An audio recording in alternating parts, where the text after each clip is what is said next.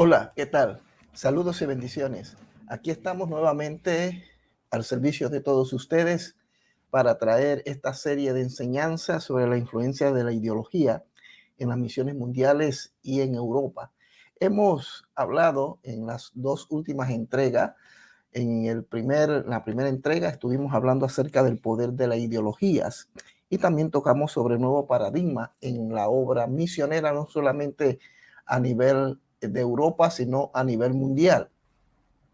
El día 18 hablamos sobre las misiones en el contexto europeo y para todos los que están estudiando, están participando de esta serie de clases, de cursos, más adelante estaremos haciéndoles llegar todo el material escrito que hemos estado desarrollando. Así que hoy vamos a entrar en la segunda clase, la antepenúltima clase, en la que estaremos hoy introduciéndonos en lo que es el Islam en Europa. Esta clase o este curso o este módulo lo estaremos desarrollando en dos partes. Hoy la primera y la próxima semana estaremos hablando en la segunda parte, ya que el tema es un poco extenso y estoy tratando de sintetizarlo y extraer lo más importante. Así que hoy estaremos hablando acerca de el Islam en Europa. Para los que están participando en este curso, quiero decirle que Europa en este momento está siendo reconquistada en, en cuanto a lo que al Islam se refiere. Ellos le llaman reconquistar el andaluz. Recuerde que hace miles de años atrás, casi mil años atrás, los musulmanes fueron aniquilados y fueron expulsados en España y por ende de otras partes de Europa. Pero bien, vamos a lo que vamos. Vamos eh, lentamente entrando en esta temática que yo espero que esté resultando de bendición para todos ustedes y que esto les sirva de ayuda para poder tener un enfoque mucho más claro sobre lo que es la obra misionera acá en Europa. Es importante hacer una apología, una defensa correcta, no solamente de la doctrina, de lo que creemos, sino en la manera en que lo vamos a presentar y cómo abordar el tema islámico o musulmán. Así que vamos a entrar en este tema sobre el Islam en Europa. Eh, la principal dificultad que enfrentamos a referirnos al problema del Islam radica en el hecho de que se trata de un concepto cuyo contenido, por favor, si tiene pluma, bolígrafo o un lápiz, tome nota en lo que hoy iremos hablando con respecto al tema que hoy nos compete, que tiene que ver con el Islam, que es muy diverso según cómo lo veamos. En este estudio vamos a tratar de conocer un poco más sobre lo que es el Islam. Vamos a tratar de tener una idea más clara de qué se trata. En este estudio vamos a rescatar algunas verdades, algunos principios y algunos datos que tenemos aquí para compartir con ustedes.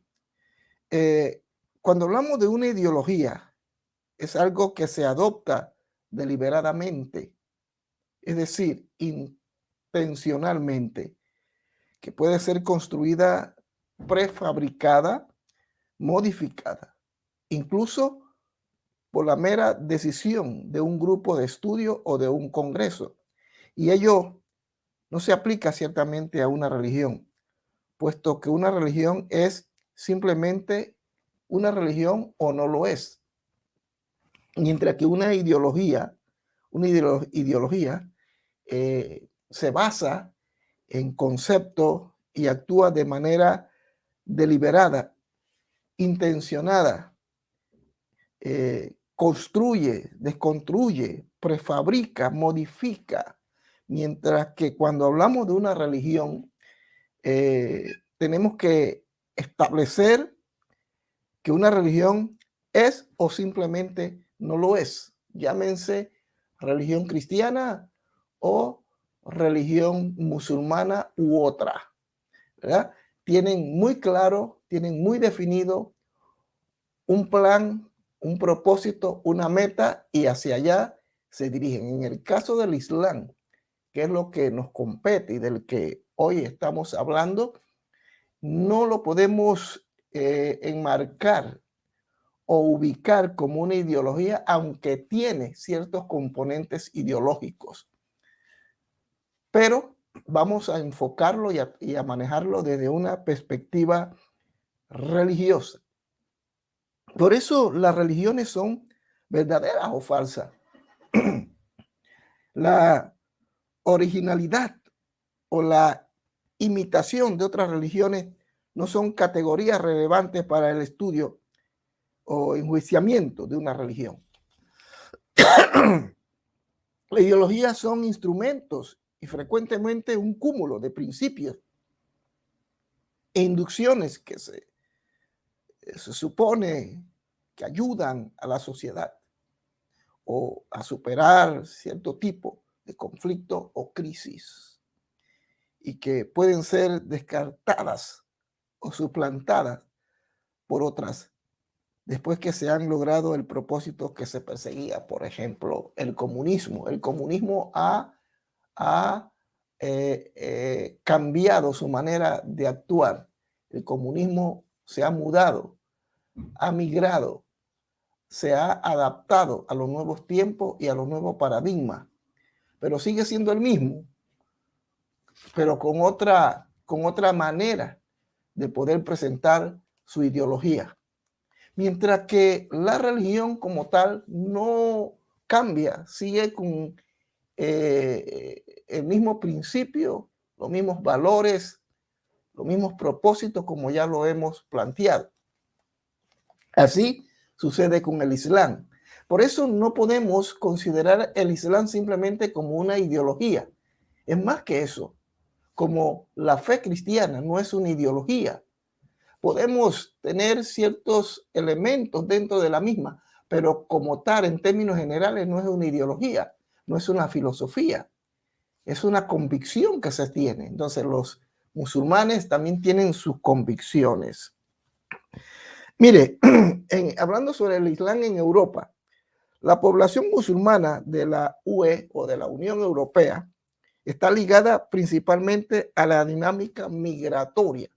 Ya hablamos en la clase anterior sobre lo que es migración, emigración y migración. ¿Se acuerdan? Bien, no quiero entrar en los detalles, pero hoy en Europa se está dando mucho este fenómeno migratorio, entre los cuales la mayoría, en este caso acá en Europa, en el centro de Europa y la parte sur de Europa, colindando con el Mediterráneo, muchos de los países como Túnez, Mauritania, el norte de África, incluyendo Marruecos, y los países del este de Europa están en este momento convirtiéndose en puerta de entrada para los emigrantes. Así que Europa está en este momento pasando por una situación migratoria tremenda, tremenda. Así que la población musulmana de la Unión Europea está ligada principalmente a la migración. Históricamente, la presencia del Islam en Europa no es un fenómeno nuevo, ¿no? A partir del 711, los musulmanes conquistaron amplios territorios en la orilla norte del Mediterráneo y establecieron califatos y emiratos, sobre todo en la península ibérica, es decir, España, durante más de 7 siglos. La caída del último emirato de Granada fue en el año 1492 y marcó el final de la dominación política musulmana en España. Más tarde, la Inquisición motivó la expulsión de los judíos sefarditas, musulmanes y conversos de España. Casi al mismo tiempo, en el Mediterráneo oriental, los otomanos islamizados derrotaron a los griegos, expulsándolos de Anatolia y tomando Constantinopla en el año 1453, con la caída del Imperio Romano, que después pasó a llamarse Estambul, y conquistaron toda la zona de los Balcanes. Los países balcánicos se independizaron en el siglo XIX, antes de la desintegración del Imperio Otomano tras la Primera Guerra Mundial. Los musulmanes bosnios, albaneses y kosovares no han sido expulsados y actualmente constituyen lo que llamamos la población musulmana autóctona de Europa. En este momento hay una migración del norte de África, sobre todo de los países colindantes colindante al Mediterráneo, incluyendo Túnez, Mauritania, Marruecos y Malta y todas estas islas en el Mediterráneo que profesan el islamismo o la religión musulmana. Pero en la parte este de Europa existen musulmanes que nunca fueron expulsados, que permanecen allí, que son autóctonos de Europa, como la población kosovares, ¿verdad? Y aquí en Bruselas, Bélgica, hay muchos de ellos. Y ni se diga en Holanda, en Francia, en Alemania. Sobre todo en Alemania hay muchos musulmanes que vienen vienen de Turquía, sobre todo de Turquía y del este de Europa. Así que la población musulmana de la Unión Europea está ligada estrictamente a la dinámica migratoria. Observemos que los musulmanes que emigraron a Europa tras la Segunda Guerra Mundial representan hoy día el grueso de la población musulmana en la Unión Europea. En efecto, cuando los países europeos iniciaron su reconstrucción tras la guerra, recurrieron a sus antiguas colonias, es decir, a los musulmanes, para compensar la escasez de mano de obra. Cientos de miles de norafricanos, la mayoría campesinos bereberes de zonas tradicionales en las montañas del Rif, emigraron a Francia. Indonesios y surinameses a Holanda, indios, pakistaníes, Bangladesh, del Reino Unido. En el caso de Alemania fue distinto, ¿verdad? Como le dije hace un momento, eran distintos en el sentido de que principalmente los trabajadores eran turcos y kurdos, aunque Turquía nunca ha sido colonia alemana, sino solamente aliada en la Primera Guerra. Esta información es interesante que la entendamos. Así que vivimos en Europa y estamos siendo testigos de una población islámica, musulmana, que está creciendo de manera alarmante.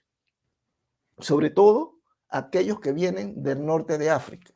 Por ejemplo, en Francia, la mayoría de los emigrantes que profesan la fe islámica vienen del norte de África. Recuerde que Francia tuvo sus colonias en estos países, la famosa Legión Francesa en el desierto, en los países, repito, y voy a hacer mucho énfasis en esto, los países que colindaban con el Mediterráneo, como Argelia, Túnez, Marruecos y todos estos lugares conocidos.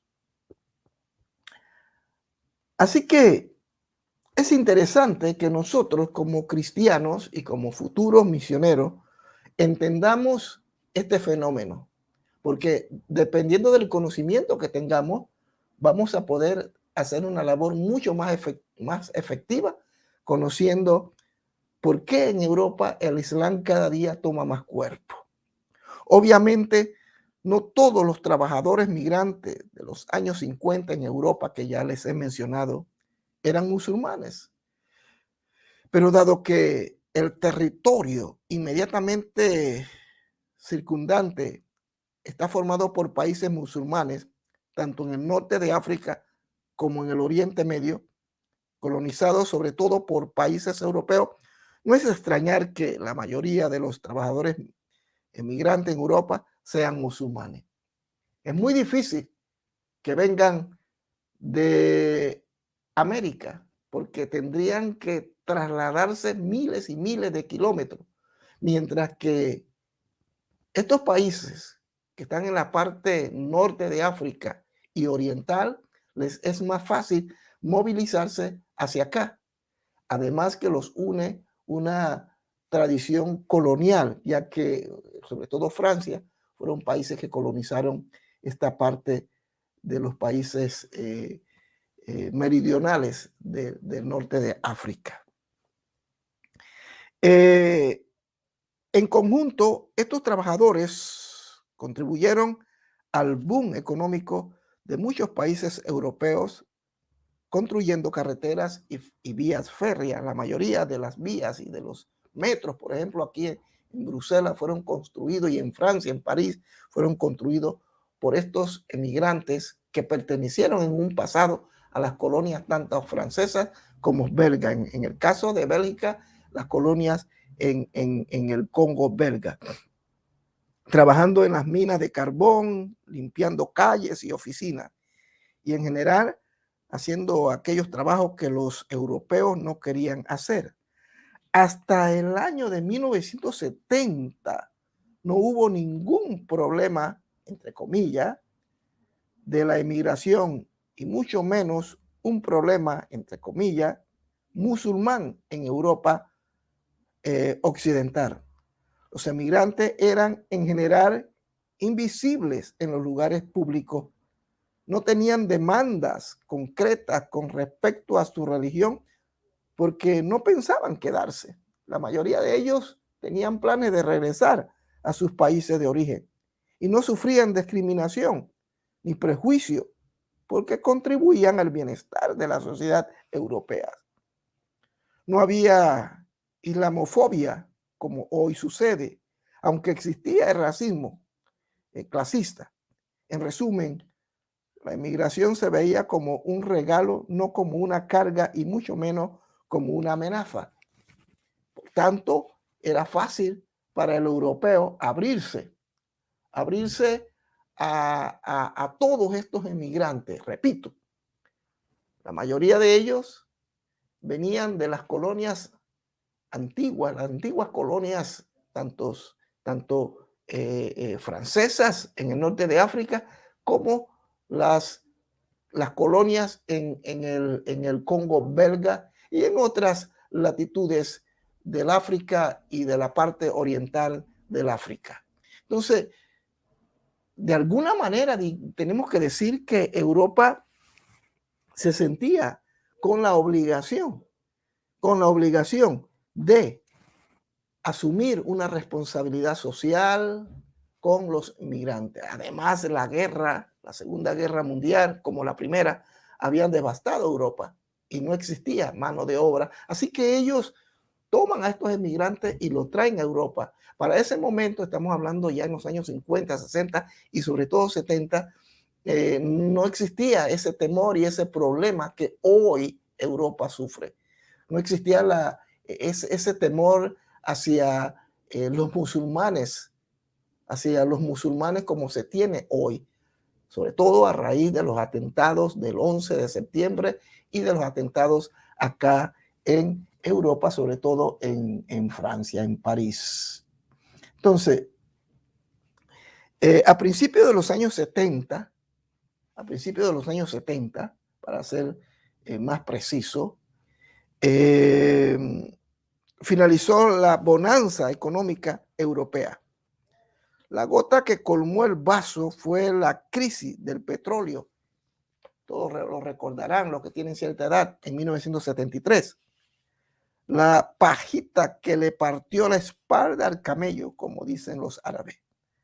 A partir de ese año, los países europeos adoptaron leyes para restringir la emigración o inmigración normal, pero al mismo tiempo relajaron las restricciones de la reunificación familiar, como se le dice acá. O sea, no solamente traer o ellos presentarse como trabajadores, sino traer a su familia, eso le llaman reunificación familiar.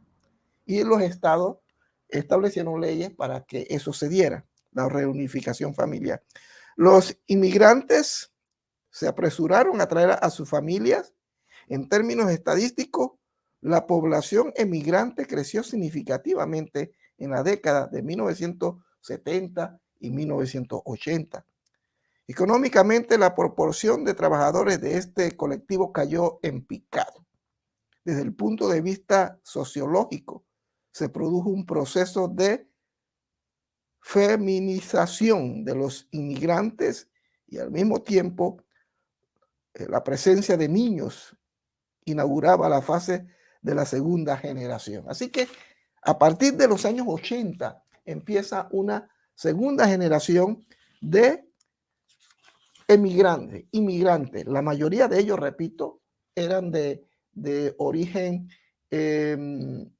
musulmán, de origen musulmán. Así que hay una primera etapa que se da a raíz de todas aquellas cosas que le he mencionado, a raíz de la guerra, la Primera y la Segunda Guerra Mundial, sobre todo la Segunda Guerra Mundial, no había mano de obra, así que los países europeos, incluyendo Francia, Bélgica, Holanda, Alemania y otros, pero sobre todo estos cuatro, y Italia, comienzan a solicitar mano de obra de estos países, que en el pasado la mayoría de ellos habían sido colonias. Así que se abrió un panorama de prosperidad tanto para los emigrantes como para los residentes en Europa, ya que el trabajo que ellos no podían o no querían hacer, lo hacían los emigrantes. Pero luego, cuando llegan los años 70 hasta los años 80, empieza una nueva generación, cuando se comienzan a, ¿cómo diríamos?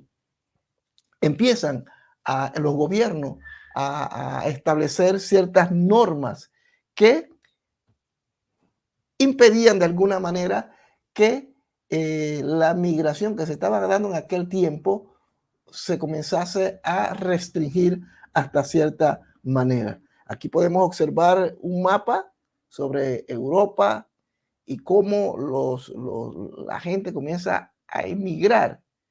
Y ahí vemos las zonas rojas, los puntos o las líneas rojas, de difícil acceso, pero todos tenían un fin, llegar a Europa.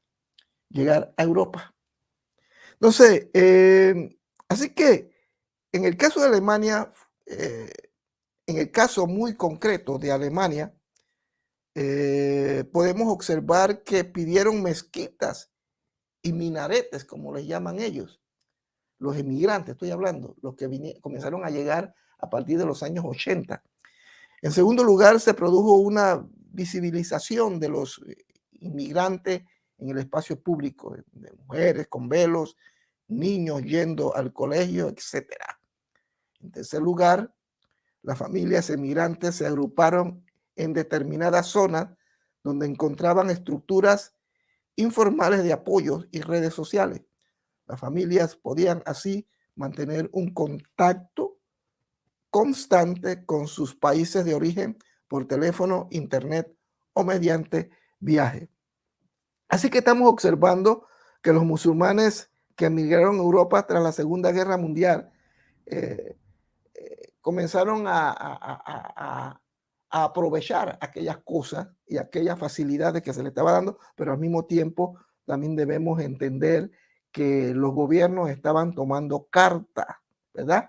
Así que estos emigrantes que venían tras la Segunda Guerra Mundial representaban o representan hoy día el grueso de la población musulmana en la Unión Europea. En efecto, cuando los países europeos iniciaron su reconstrucción tras la guerra, recurrieron a sus antiguas colonias, como ya les mencionaba, para compensar la escasez de mano de obra.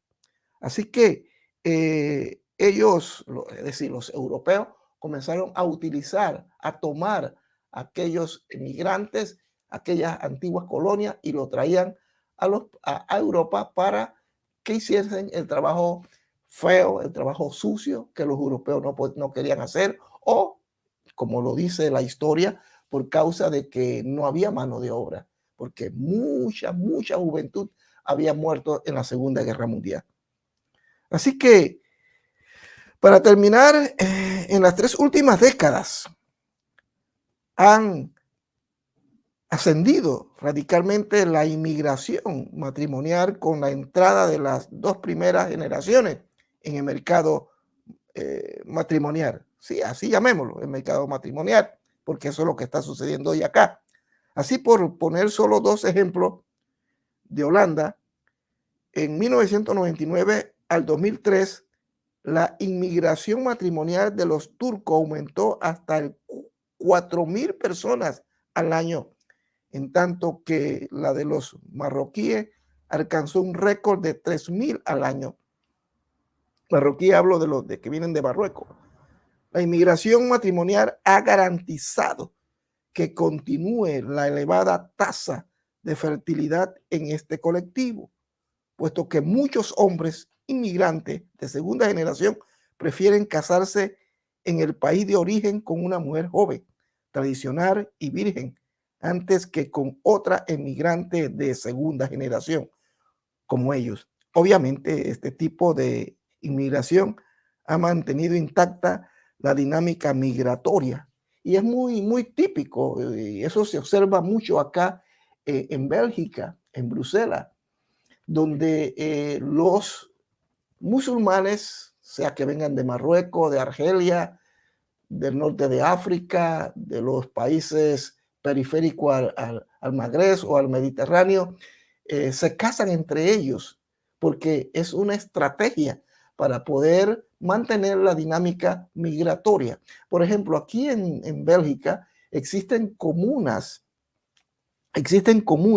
donde prácticamente la población está compuesta por marroquíes, por gente que viene de alguno de estos países del norte de África. Es muy típico observar esto. Y se casan entre ellos y comienzan a tener hijos como usted no se imagina. Parecen esos animalitos llamados cuy. Pues así. Porque además de esto, el estado de bienestar acá en Europa, sobre todo aquí en Bélgica, el estado social les provee de algunos beneficios. Por ejemplo, cada niño hasta los 16 años, si no me equivoco, recibe una subvención del Estado por cada niño aproximadamente entre 200 a 300 euros, unos $400 por mes hasta los 16 años. Así que multiplique eso si una familia tiene 4 hijos. Entonces, ellos han descubierto que esa es la gallina de los huevos de oro, y utilizan esto para aprovecharse. Y hoy los estados están reaccionando ante esta situación, pero a algunos, como en el caso de Bélgica y Francia, se les está escapando de las manos esta situación. Así que la inmigración matrimonial ha garantizado que continúe la elevada tasa de fertilidad en este colectivo. Esto distingue, estamos hablando acerca de la población musulmana en la Unión Europea, ligada principalmente a la dinámica migratoria. Esto distingue mucho, esto distingue mucho la inmigración musulmana de Europa de los Estados Unidos en 2 sentidos. Hay una diferencia entre los que emigran a los Estados Unidos y los que emigran a Europa. En primer lugar, los inmigrantes musulmanes en Europa están como máximo a 2 o a 4 horas de vuelo de su patria, mientras que la distancia entre Estados Unidos y el país de origen obliga a integrarlo en el crisol cultural norteamericano. Segundo, tal como defiende Robert Leiken, a diferencia, dice él, abro comillas, a diferencia de los musulmanes norteamericanos geográficamente dispersos, étnicamente fragmentados y en general adinerados, los musulmanes europeos se agrupan con sus compatriotas en lugares siniestros, cierro comillas. Y por último, en Estados Unidos existe una mayor tasa de matrimonio mixto que en Europa. Allá en América, en los Estados Unidos, en el Canadá, inclusive dentro de la propia América Latina, los musulmanes, los que profesan la fe musulmana, llámese de los que vienen de la India, los que vienen del Magreb, los que vienen del norte de África, los que colindan con el Mediterráneo y todos esos que viven en América Latina buscando un futuro, como dicen, el sueño americano, ellos no pueden contraer matrimonio con personas de su propia tierra, de su propio país, sino que tienen que casarse con otras personas a raíz de la distancia, mientras que acá, es decir, son matrimonios mixtos, mientras que acá, a 4 o 5 horas máximo del norte de África a Europa, les es más fácil. De hecho, mire, yo conozco algunos amigos musulmanes, algunos que son amigos míos y algunos peluqueros que me cortaban el cabello, ellos les es fácil todos los años a partir del verano, de los meses de junio, julio y agosto, viajan en auto, cruzan todo lo que es el centro de Francia, llegan a los Pirineos, pasan todo lo que es Cataluña, pasan colindando, rayando con el Mediterráneo, algunos pasan por Madrid, llegan a Andalucía y allí llegan al paso famoso de Algeciras y de allí se trasladan porque usted puede ver desde Algeciras, España, el otro lado de la costa norafricana y pasan con sus autos a través de remolques y viajan hacia el norte de África. Les es fácil, ellos lo pueden hacer. Así que los matrimonios allí son entre ellos, mientras que los de América o Norteamérica, donde radica la mayor cantidad de musulmanes, tienen que darse entre matrimonios mixtos, entre ellos, entre matrimonio entre personas de generaciones modernas de entre ellos. Entonces eso es muy importante que nosotros como futuros misioneros, ustedes como futuros misioneros, lo puedan entender y lo puedan manejar correctamente. Esta diferencia que les estoy hablando explican hasta cierto punto por qué el Islam y los musulmanes en Estados Unidos no constituyen un problema importante, mientras que en Europa, por lo menos desde la década de 1980, la migración se ha convertido en un dilema, sí, en un dilema, sobre todo porque 2/3 de los emigrantes son musulmanes. De hecho, todo lo relacionado con el Islam se han convertido en una fuente de precaución en Europa, o preocupación, mejor dicho, de preocupación en Europa. La proliferación de la mezquita, los velos de las mujeres y el nuevo fervor religioso. Es en este contexto donde han surgido los partidos ultraderechistas que han empezado a sumar apoyo al presentar la inmigración como una amenaza. Como una amenaza.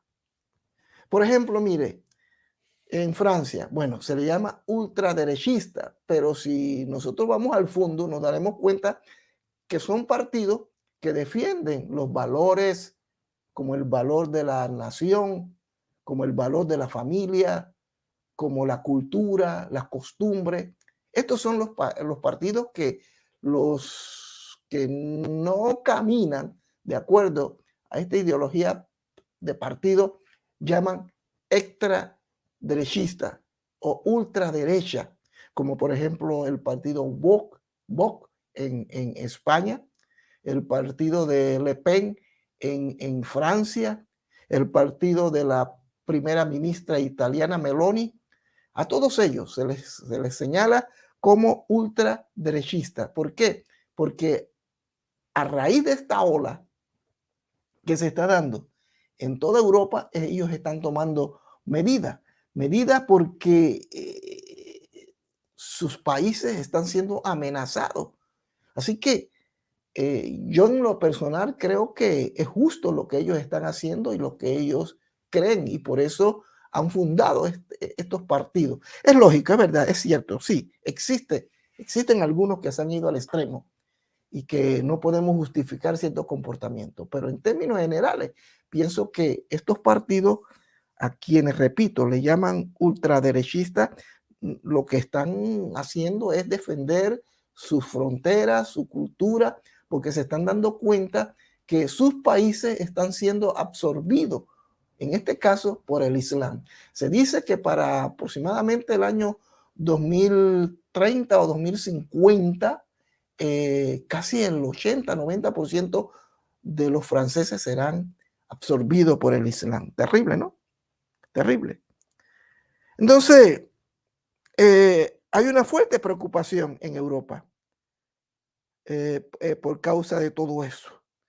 Entonces, por la proliferación de mezquitas. Por ejemplo, aquí donde yo vivo, a unos 20 o 15 minutos caminando, usted va a encontrar una de las mezquitas más grandes y más importantes aquí en Bélgica. Increíble, ¿no?